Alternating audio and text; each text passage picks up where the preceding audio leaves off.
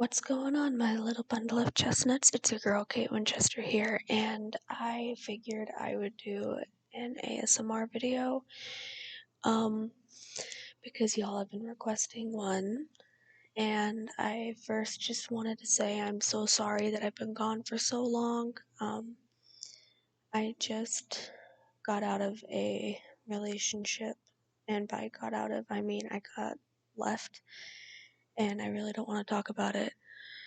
But basically it was very traumatic emotionally, and it took a lot out of me, and I was in a really dark place for a really long time, and I'm still in that really dark place, and I just wasn't in the right headspace to film, and I needed to focus on my son.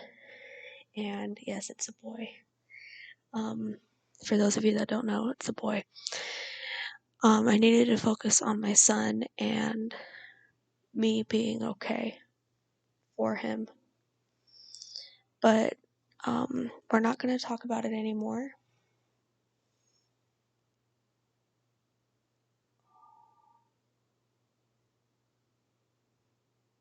Give me a second.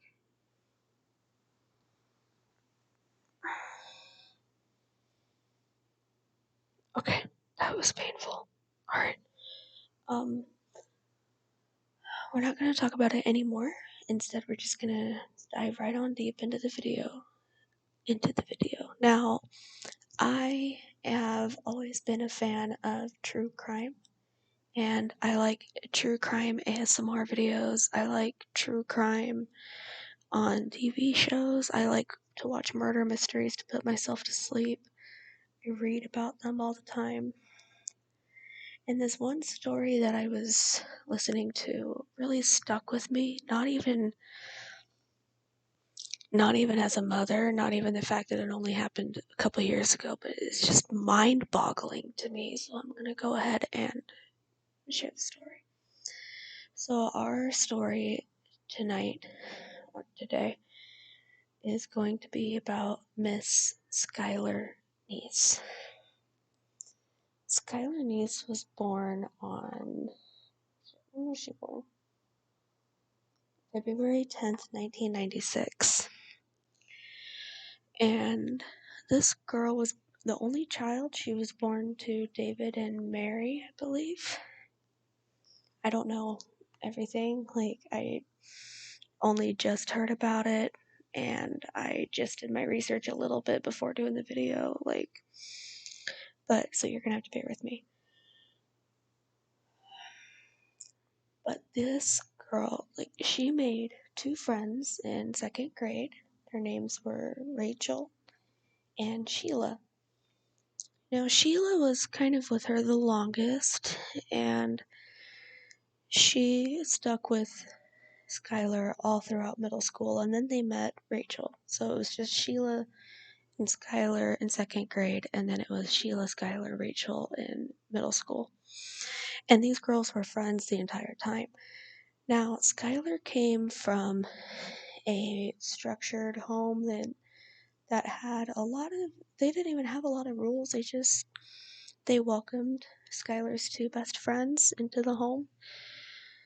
Sheila was more of the broken girl from a broken home kind of thing, and Skylar's parents really sympathized with Sheila, so they invited her to dinners, they invited her to birthday parties, Christmases. They sat around the Christmas tree opening Christmas presents with this girl because they felt like she never had a family and they wanted to be that for her. They looked at Sheila like a daughter to them, like a second daughter.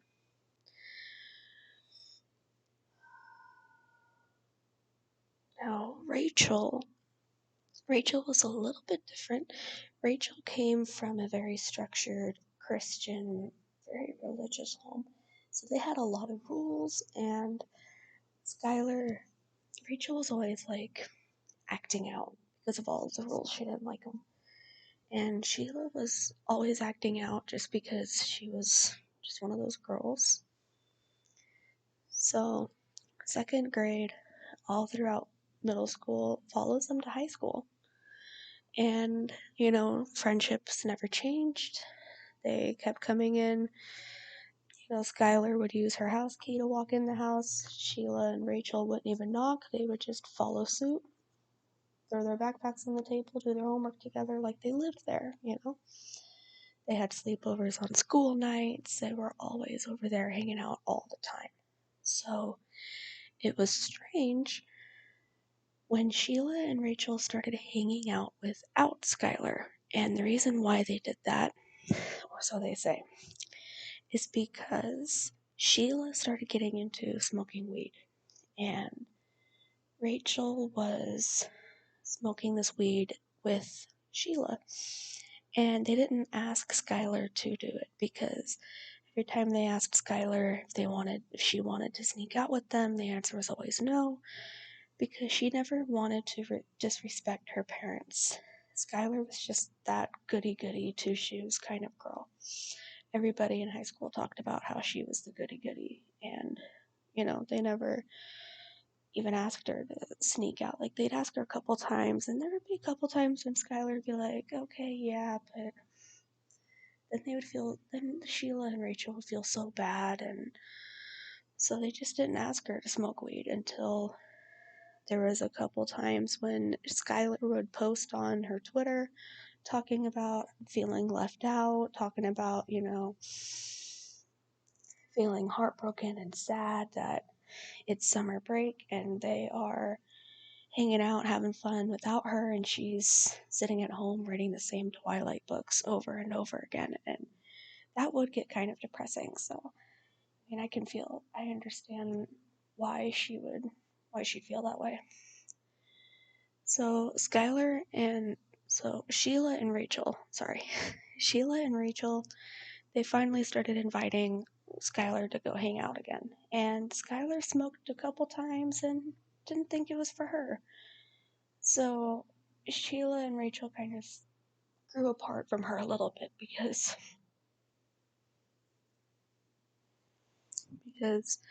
she wasn't into the same stuff that they were into. Now there was a rumor going around in their school, and this is all hearsay. I don't believe this part, but I believe it's possible. But a rumor can start from literally nothing.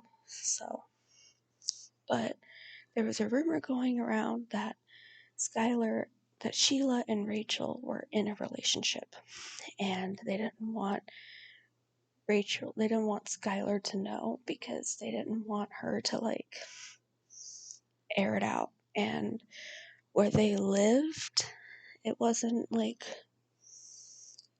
as cool as a cucumber to be gay like it is nowadays. And I'm pretty sure Skylar would have kept their secret, if they actually were in a relationship, Skylar probably would have been a good friend and would have kept her mouth shut.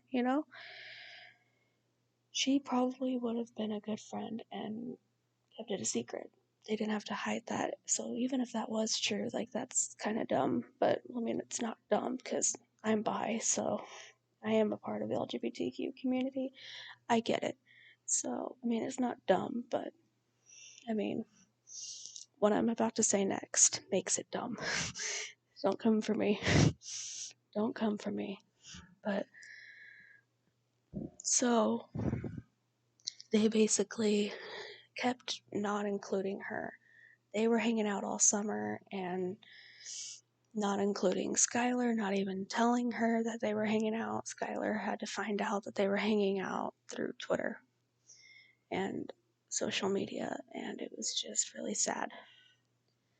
So her mom felt bad for her, and she was trying to encourage her to not focus on that. She's like, hey, why don't you read a book? What's this book about? And there was nothing that can do to cheer Skylar up. She was just so sad over missing her friends. Now, it's also a rumor in the school that came to light through the investigations later on that Sheila and Rachel were talking about murdering their best friend for months. Months. they would sit there and whisper about murdering Skylar. So summer rolls around, every school's not in session anymore, and like we said, Sheila and Rachel are hanging out more. They're not including Rachel. They're not including Skylar anymore. They're smoking weed, they're sneaking out, they're drinking, they're meeting boys, and doing stuff that Skylar wouldn't necessarily like. So they just kind of stopped including her. And Rachel was going to go away to a Christian camp over the summer, like a church camp or whatever. And then it was just going to be Sheila.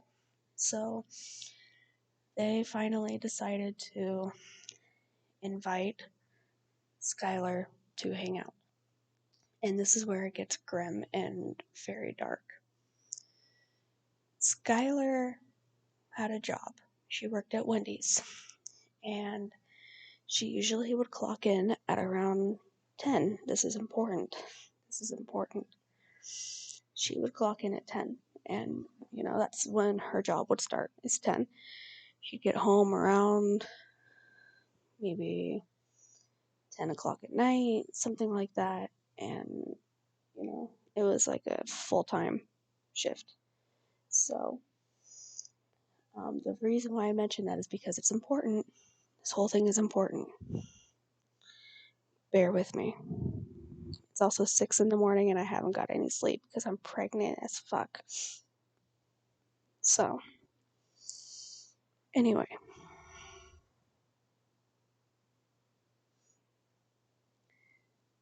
Skylar has a job at Wendy's, and Sheila and Rachel, they finally talk to her and they invite her to sneak out. And the plan that they told her that they were going to do is that she'd sneak out, climb out her window, and they'd get in the car, they'd smoke weed a little bit and drive around and bring her back to her house.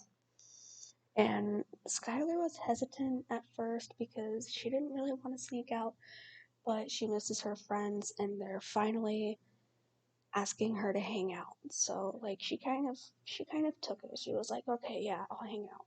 It's fine, I'll sneak out, it's fine. So she goes to work like normal, 10 in the morning. She goes back home at night and tells her parents that she's gonna go to bed because she's tired. So she kisses her mom, says, good night, I'll see you tomorrow. Kisses her dad, gives him a hug, good night, I'll see you tomorrow. Goes to her room and acts like she's going to bed. So 12 o'clock rolls by, and Sheila and Rachel are outside getting ready to go see her. So Skylar creeps up, grabs a stool that was in her room, and opens the window very, very quietly, places the stool outside the window, and she climbs out onto the stool, very carefully closes the window, and goes over to Sheila's car. And Skylar and Sheila and Rachel, they all boogie out to the woods. And they start smoking and they get out of the car. And then Sheila looks at Skylar and says, hey, Skylar, we forgot the lighter. Could you go get it?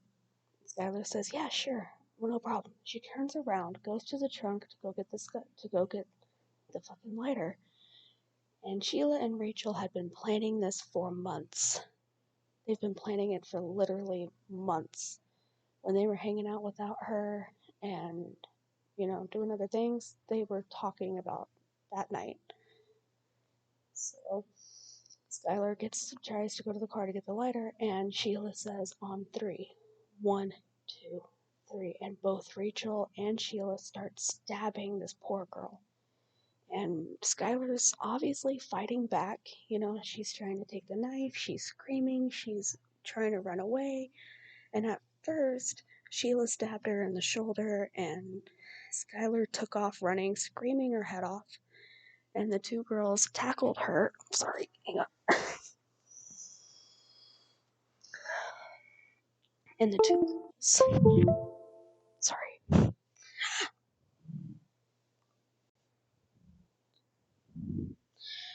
two girls ran after her, tackled her to the ground, and kept stabbing her. And at this time, there was no way she was making it out.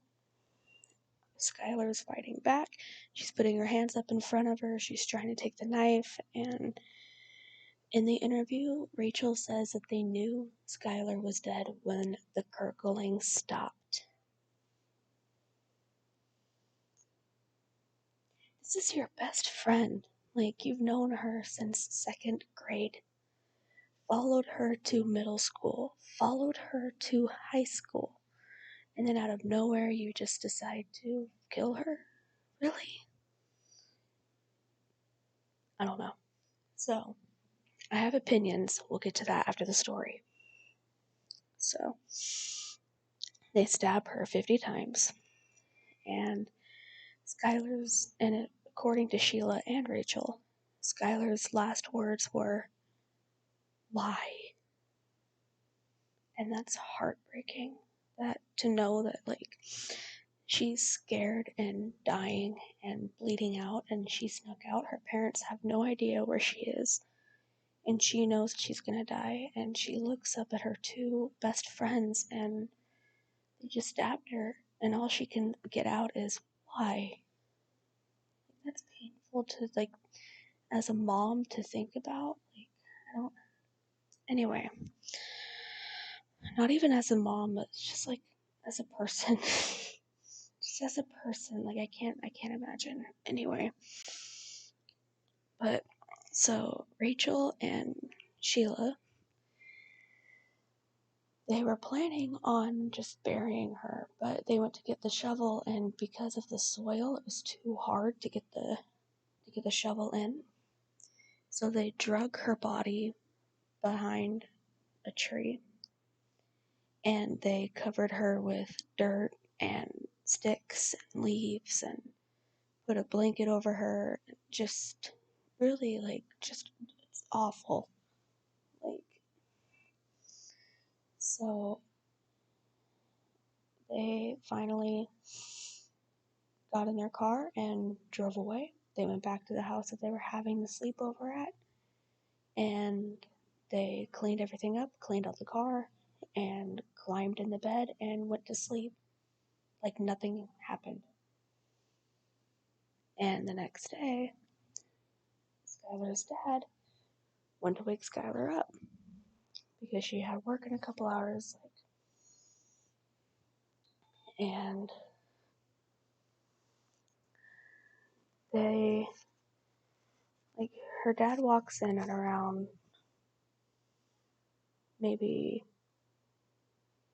oh wait, no, okay, I'm sorry, I lied. Rachel's shift was not until 4 in the, Skylar's shift was not until 4 in the afternoon. So Skylar's dad walks in Skylar's room at 10 in the morning trying to wake her up, and she's not in her bed. And he's like, "Well, where's Skylar? Like, where's my daughter?" So he goes over to his wife and says, "I can't find Skylar. I don't know where she is." And he's wanting to call the police, like, call it in. And her mom is like, "Just relax. It's summer. Her friends called her last night. I'm pretty sure she's at the beach. I'm sure she's just having fun." Like, so her dad calls her and says, "Hey, you're in trouble. Like, come home." And she's not answering her phone. Her phone is not going off at all. And so her mom was like, "Okay." She has to work at 4. We'll wait until 4:10 and wait for her to clock in, you know? And we'll see if she went in. So they're waiting, just waiting until 4 o'clock rolls by, and then they're waiting until 4:10 to wait for her to clock in before they can actually call and see if Skylar went in. But instead, Wendy's called them and said, "Hey, do you know where Skylar is? Like, we haven't, she was supposed to come in today at 4, and she hasn't walked in, she hasn't clocked in, she hasn't called and said that she can't come. Like, we don't know what's going on." And that's when it really clicked for Skylar's mom, because it wasn't like Skylar to not show up to work. Skylar was very dedicated to everything she did. School, straight A student, overachiever, and work, she always worked her butt off. Always worked overtime when she could, never had a sick day. She worked every time they had her on the schedule. She was a goody goody. She was a goody two shoes that everybody was saying that she was. So her mom was like, no, she hasn't been in her bed. Like, everybody's freaking out at this point. And they call the police, and the police show up, and they told her to just call her friends and see what's going on.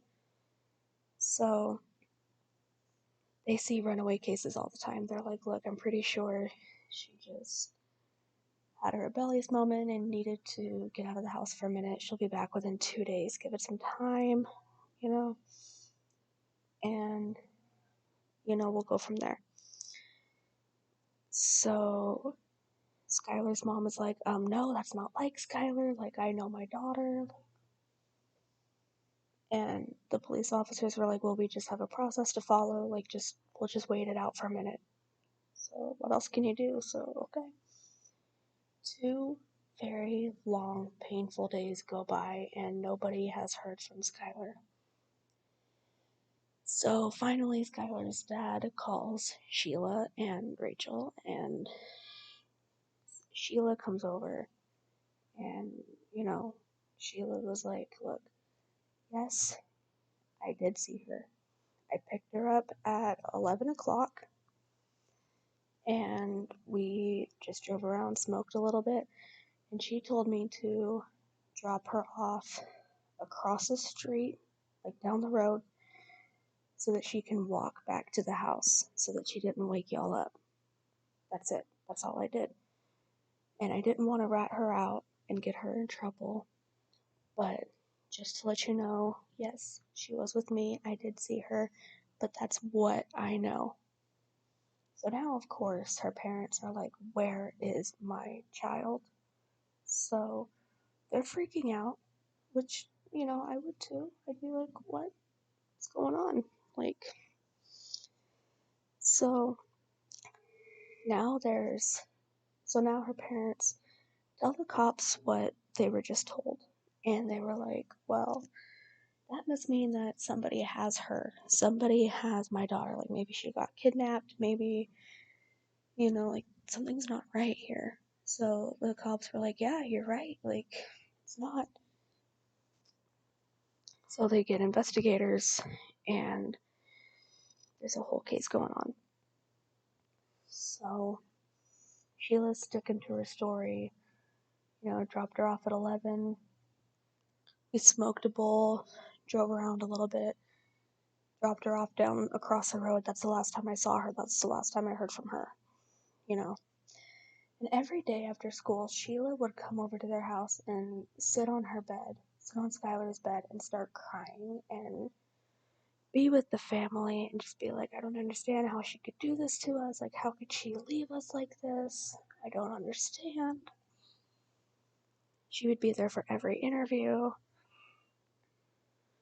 These people literally took Sheila in and comforted her after she murdered their daughter, and they are unknowingly comforting the person that did that to her with the goodness of their hearts, and just being like, well, I mean, this little girl lost her best friend, like, I feel so bad for her. I don't know. So in school, rumors are going around because, school's back in session and Skylar's still not here. Skylar is still not shown up. School's back in session. Sheila and Rachel are without Rachel. Sheila and Rachel are without Skylar. And everybody's talking about how they think that they did something, that they had something to do with it. And it's just, so the police are talking to all the students in the school, because now there's a rumor that went out saying that there was a party down in Blackville, and I think that's what it was called. Don't quote me on that. Don't hate on me if I got it wrong. I'm just saying. But anyway, that says that there was a party down that way, and that there was a thing going on that said that Skylar OD'd and died at this party. And it's just hearsay, and it's just a bunch of kids that don't know shit saying shit just because, that's what they do. It's high school. So the police believe that Sheila and Rachel might know more than they're letting on. They don't think that they killed her at this point. They're just like, okay, well, they know something clearly, and they're not saying what it is. So they're interviewing all the students, but they are really grilling Sheila and Rachel. And Sheila's calm, cool as a cucumber, looking at them, eye contact, completely cool and collected, sticks to her story. 11:30, picks her up, they smoke, they drive around, she drops her off across the road, and Skylar walks to the house. Then that was it. And Rachel's acting a little bit more like, a little bit more sus, a little bit more suspicious. She's playing with her pencil, she's looking around, she's not looking at them. She keeps saying a lot. She has to sit and think about the question before she answers. And Skylar's parents defended Sheila. They're like, leave Sheila alone. She doesn't know anything. Why are you focusing on them? Get somebody else. Leave her alone. They defended her, and that's just that just gives me chills. They unknowingly defended their daughter's killer, and it's just crazy. Sketch. I can't. Anyway, so they tell the investigators to leave Sheila and Rachel alone. The rumors continue to circulate. Still no Skylar. And then one day, Rachel loses her shit completely. There is a 911 call of Rachel's parents calling 911, and you could just hear Rachel screaming in the background. And prior to this, a couple days prior to this, and I think this is what might have triggered Rachel's freak out. Prior to this, Sheila says, she said her whole story, I dropped her off across the street and drove off, haven't seen her, She said that the time that she picked Skylar up was 11:30. Well, there was footage from a convenience store across the street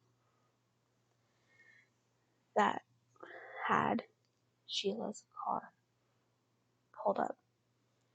And it was not 11:30. It's midnight. So now they're lying about the time. And instead of going this way to drive around and smoke some pot, they headed this way where the party was. And there was this part's not rumor, there was a bank robbery. And the rumor was with this bank robbery that this robber went to this rumored party and shot a bunch of people up, and they think that Skylar was the victim, and Rachel's got Skylar's phone pinged in that city where the robbery was and the party was, and since they found that footage of Skylar getting into Sheila's car at 12:30 and going this way instead of that way, they decided to pull up the girls' phones. They were like, yeah, no, they know something. they're lying. And Skylar's parents were willing to do anything they could because at this point they're like, okay, yeah, like they're lying about something. So, like let me know what happened to my daughter. Like just tell me what happened to my daughter. So they pull up the girl's phone's history and Skylar's phone pinged in that area. So now they're thinking that maybe there is a party that they were at. Robert came in and shot people up and got to Skylar, and Sheila and Rachel know what happened and they're not talking about it. Basically, that's what they're thinking. So they get the FBI involved, and then a couple days later, Rachel has that freak out. So they calm her down, they take her to a psych ward, and then a couple days later, they speak to Rachel. And Rachel confesses, at first the investigators are like, what happened at that party? What happened to your friend? What happened to Skylar? Where is Skylar? And Rachel breaks down and says, we stabbed her. I'm sorry, you what? You what now? What do you mean you stabbed her? And Rachel cracked and told them everything from the time they snuck out, why the fact that they even decided to stab her in the first place, and this was premeditated. This is premeditated. They were definitely guilty, definitely going away for a long time, kind of thing. And Skylar was dead. So the FBI, the agents and the investigators were like willing to work with her. They're like, okay, well, if Sheila's a mastermind, we just need you to make sure that Sheila doesn't know that we know. Can you help us find the body, please? So Rachel takes them to the body of poor Skylar, and little Skylar is badly decomposed because of the condition of being left out there. And by the time they finally got to her, it was snowing. It had been snowing, and then the snow already thawed, so it was like 2 seasons had passed at this point. So the conditions of the weather and being left out there for so long, and just being left alone there, but anyway, so they decided to keep it a little hush-hushed on the parents because they lied about so many other things. Why would they be lying now? So they basically didn't say that the 2 girls were involved because they didn't want to say that Rachel knew who actually did it and she's covering for somebody else and lying for someone else. So they took Skylar's body for evidence, and it was confirmed that it was Skylar's body. So the police officer had to call that home and be like, I'm so sorry, but your daughter, we found the body of Skylar. It is definitely her, and I'm going to need you, and I'm very sorry to let you know this. It was a very, very sad Christmas, and Sheila still has no idea that anybody knows that it was her. So she's still putting on this act of oh my god, my best friend, I can't believe that she died, who would do that to her? So they searched Sheila's car, and they found Skylar's DNA in the back of the trunk, and that was enough to use that against her and get a warrant for her arrest. So they took them to court, and during the interview, Sheila didn't act like anything. She didn't act like she had any remorse. She just kind of sat there okay. And she explained to the FBI that when they asked her, why did you murder her? Like, why did you do this to her? Sheila's only response was, I just didn't like her anymore. Just didn't want to hang out with her anymore. So, Sheila and Rachel were both tried in a court hearing like adults. And Sheila got 10 years with the eligibility of parole. And Skylar got she got a life sentence with the eligibility of parole in 20 years. I think it's reversed, actually. I don't know. But at this point in time, Sheila is out, and it is reported that she is married to a woman that she met in that prison, and that kind of confirms the rumor of Sheila and Rachel being in a relationship, and that's probably why they decided that they didn't want to hang out with Skylar anymore, and they were scared of their secret being out. And it is rumored that Rachel also is married to a woman.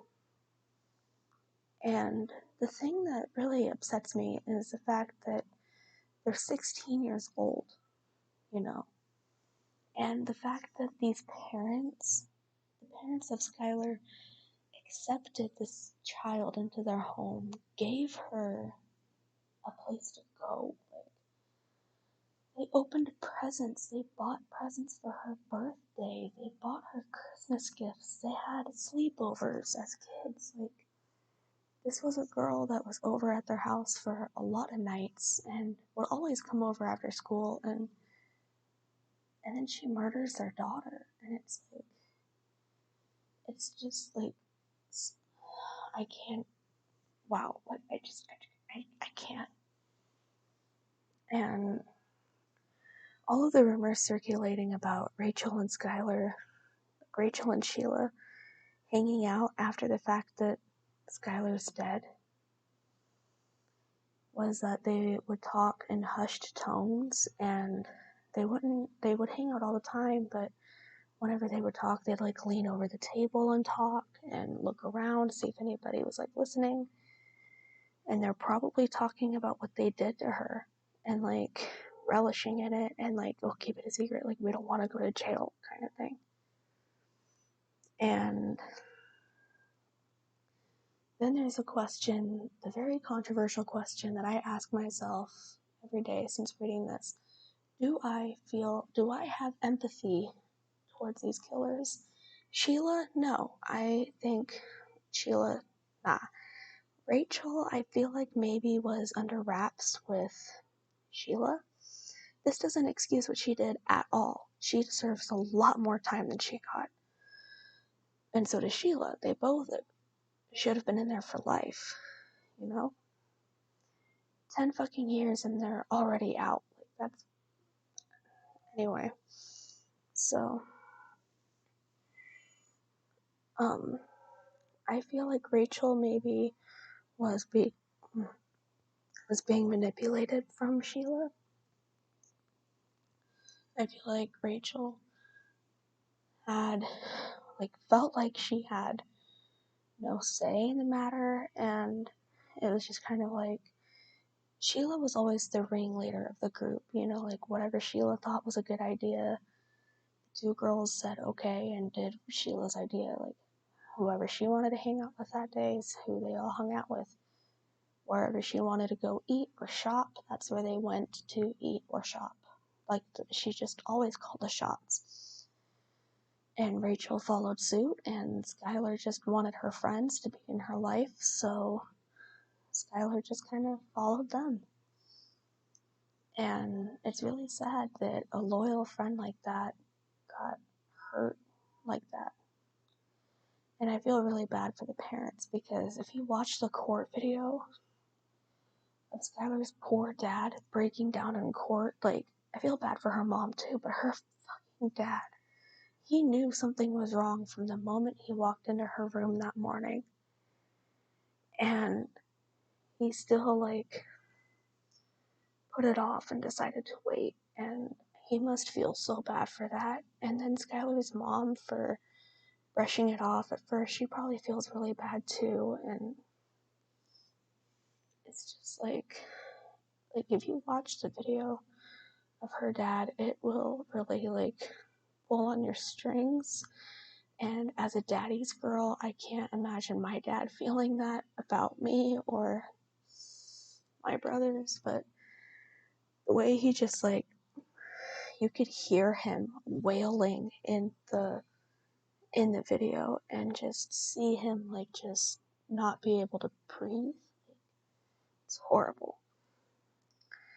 That was their only child, and I mean, no parent should have to lose a child. I mean, if you have multiples, it's not gonna like not hurt as much if you lose one because you have the others. Like, it's like, oh, well, that one's gone. Well, shit, okay, it's fine. Like, no, it's still gonna hurt because they still came from you and you still love them. And it's just, I can't imagine. But anyway, so my opinion is that Sheila needs to rot in hell, and Rachel should follow suit because she had plenty of chances to say, no, I don't think that's a good idea. I think we should reconsider. I think we should just maybe break it down and be like, look, we don't want to be friends with you. Or she could have told a lot sooner and just save a lot of people a lot of heartbreak. Or she could have just ran away that night and then tell somebody what was going on. Like, there's a lot of things that Rachel could have done. And there's also a lot of things that Sheila could have done. Sheila could have just been like, nah, I'm not going to murder somebody. I'm not going to murder my best friend. Like, that's dumb. You know, like, there's a lot of things that everybody could have done better. Like, I don't know. So, Skylar, rest in peace. And Sheila and Rachel, fuck you. Go to hell. Anyways, I hope you guys enjoyed. If you want more, please let me know. I will definitely do more research on these though before I make a video. But yeah, if this is something you're interested in, please let me know. Anyways, I gotta get some sleep. I love you guys. See you on the next video. Stay body positive. Kate Manchester out. I'll still bye bye, and God bless your nutty little hearts. And don't forget to have sweet dreams.